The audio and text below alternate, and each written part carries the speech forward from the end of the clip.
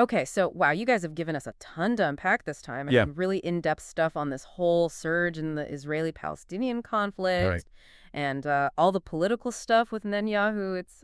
Yeah, it's complicated. Yeah, so let's just dive right in. Okay. Our goal today is to really boil down the most important points from everything you sent us Right. so you can get a clear picture of where things stand, as of today, March 20th, 2025. Exactly. And I think what's so interesting is how everything's connected. Oh, yeah, for sure. I mean, the fighting in Gaza, it's not happening in isolation. Right. It's all tied up with what's going on politically inside Israel and then, of course, how the rest of the world reacts. Totally to make sense of it all. We're going to break it down into a few key areas. Okay. So first, the escalation in Gaza, what's actually happening there. Right.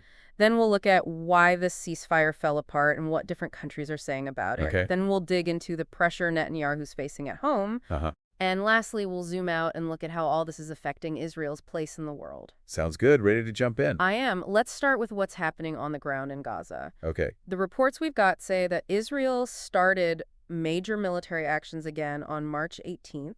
Right after that 2-month ceasefire ended. Exactly. That ceasefire had been in place since January 19th. Uh-huh. And the casualty numbers are just awful. Yeah. Over 510 Palestinians killed since just March 17th. Wow. And at least 80 of those deaths were just yesterday, March 20th. It's a huge escalation. It really is. And it seems like the Israeli military is focusing on a few specific places in Gaza. Like where? So Gaza City in the north, then Deir el-Balah in the central part, and then Rafah in the south. Okay, and what's Israel's goal with all of this? Well, according to what we're seeing, they want to create this buffer zone along what's called the Netzarim corridor. And that would basically split Gaza in two. Exactly. It's a pretty major strategic move. Yeah, what does that even mean for people living there? Well, I mean, think about it. This division, it's not just a physical thing. It really changes how Gaza functions. Like how? It could make it harder to get aid in there. It could disrupt, social and economic ties. Right. And it could even create new areas where conflict could break out. Makes sense. It kind of signals that Israel is more interested in controlling Gaza than in negotiating a peace deal. I see. And we're also seeing a response from Hamas now, which is a big development. Oh, yeah, what are they doing? For the first time since that ceasefire ended, Hamas has fired rockets into Israel. Really? Thankfully, most of them were intercepted. That's good. But it definitely shows they're getting back into the fight. Definitely. So we've got these military actions, which are obviously super concerning. Right. But then there's also the humanitarian situation, which is just heartbreaking. Absolutely. The reports from Gaza's health ministry are devastating. I know. It's just awful. They're saying that over half the people killed are women and children. It's hard to even process that. I know. And the hospitals in Gaza are totally overwhelmed. Yeah. And so many people are trapped under the rubble of buildings that were hit. It's just unimaginable, the suffering there. It really is. And you know what's scary is that the sources say it might be even worse than what we're hearing. Really so. It's so chaotic there, it's hard to even get accurate information. I can imagine. And on top of all that, Israel has ordered evacuation in northern Gaza. Oh, right. But isn't it dangerous for people to leave their homes right now? That's the problem. The evacuation routes are really unsafe because of all the fighting. So people are stuck between a rock and a hard place. Pretty much. So we've got this really bleak situation unfolding in Gaza. Yeah. Let's switch gears a bit and look at why this ceasefire didn't hold. What did the sources say about that? Well, from Hamas's point of view, they felt like Israel just walked away from the deal. What do you mean?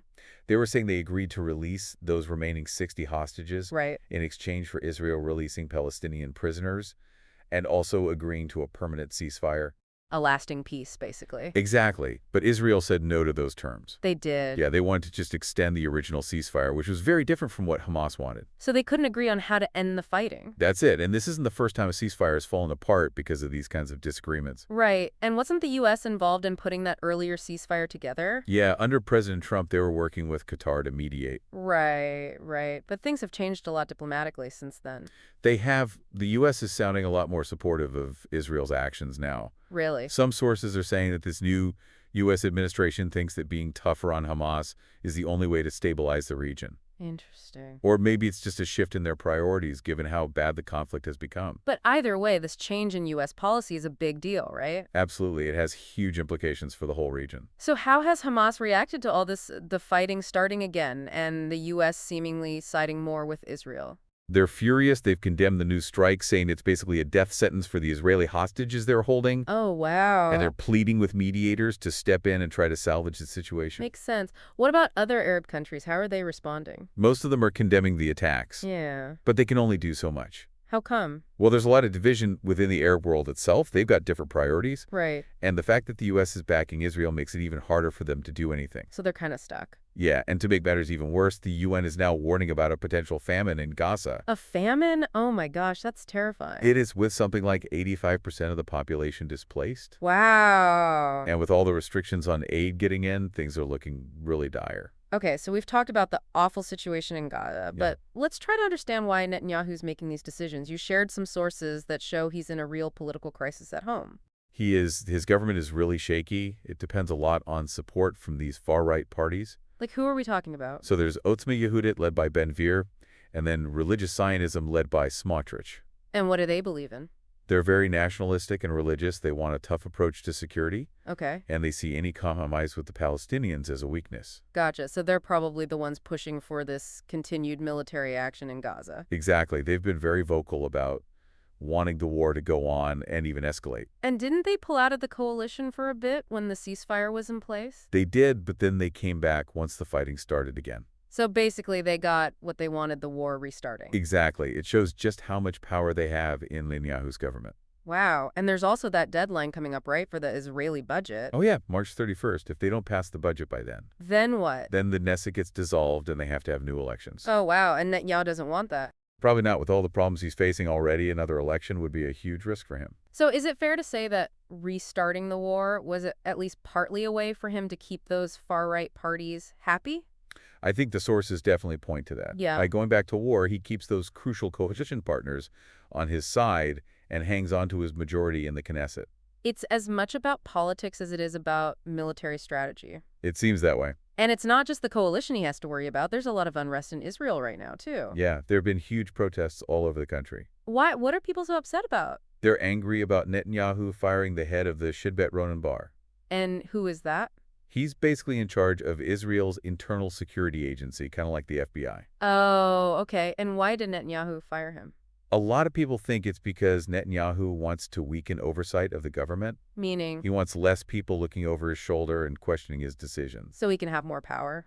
Exactly. And the sources say that Barr's dismissal will be official today, March 20th. Which will probably just make the protests even bigger. Most likely, it's another thing dividing the country. Yeah, and on top of all that, we can't forget about the families of those hostages still held by Hamas. Of course, they must be going through hell right now. It's unimaginable what they're feeling, and they're blaming Netanyahu, right? They're saying he cares more about winning the war than about getting their loved ones back. And they're not wrong. Only a handful of hostages were released in that first ceasefire. Yeah, it's fueled a lot of anger and resentment towards the government. I can only imagine, and remember, Netanyahu's already dealing with those corruption charges and all the fallout from the intelligence failures before October 7th. Right, all those legal problems haven't gone away, and there's still a lot of blame directed at him for not seeing that Hamas attack coming. And wasn't there even a report from the Shin Bet criticizing him? Yeah, apparently they had an internal report where they criticized his policy of letting Qatar send money to Hamas before the war. Which probably ended up making Hamas stronger.